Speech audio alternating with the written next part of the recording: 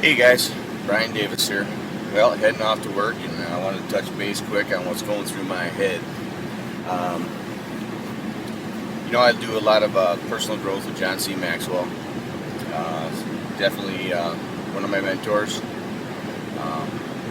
Like I said before, your first mentors are found in the pages of books, and I can't think of a better example than John C. Maxwell. He does a lot on leadership, but he does quite a bit on personal growth too, mixed in. Um, I was reading one of his things last night, and he was talking about people on your team. He gave an analogy or a little story. Let's say you've got someone on your team, and they're carrying two buckets, and in one bucket is a bucket of water, and one bucket's a bucket of gasoline, and in front of them is a spark.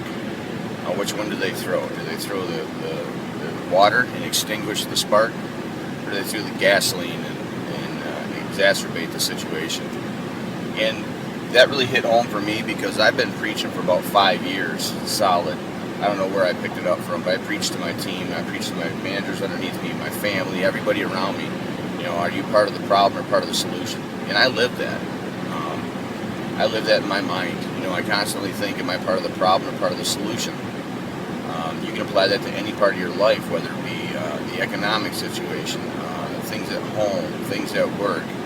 I give you an example. I'm in the service industry, and from time to time we have people call in sick. And it's a bummer, but I've got some people that work for me that will just go off the deep end. They rant and rave and complain and whatnot. And I tell everybody, hey, it's no big deal. We'll just roll with it, suck it up a little bit, and move on. One person missing, we spread it over 5 people. It's not a big deal. So I guess what I would ask you is, are people on your team part of the problem or part of the solution?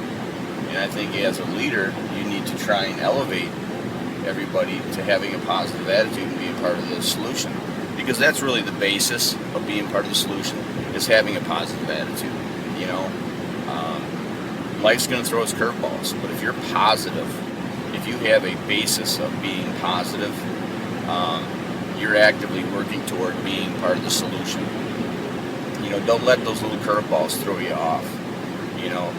Suck it up, move on, keep rolling with your day, and stay positive. Things could always be worse, that's for sure.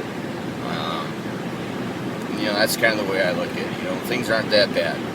There's a lot of people out there a lot worse off than me. I will say that the longer you live in that mantra of concentrating on being part of the solution rather than part of the problem, the longer you live in that mantra, the more you're going to notice people that have negative attitudes, that look for the negative in a situation. You'll notice that more and more. Today, I concentrate totally on being part of the solution, and when I see people that look for the negative side, or I encounter them, I try to swing them to the side of seeing that things are going to be okay, that things will be all right, and over time, hopefully, get them to shift that way.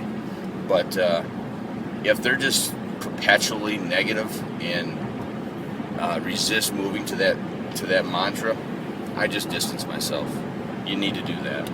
You don't want to surround yourself with negative people, because that's just going to bring you down. Try and surround yourself with water carriers. Are people in your life water carriers, or are they carrying gasoline? Try and surround yourself with those people with buckets full of water. With that, guys, I'm going to let you go. I got to get to work. Have a great day.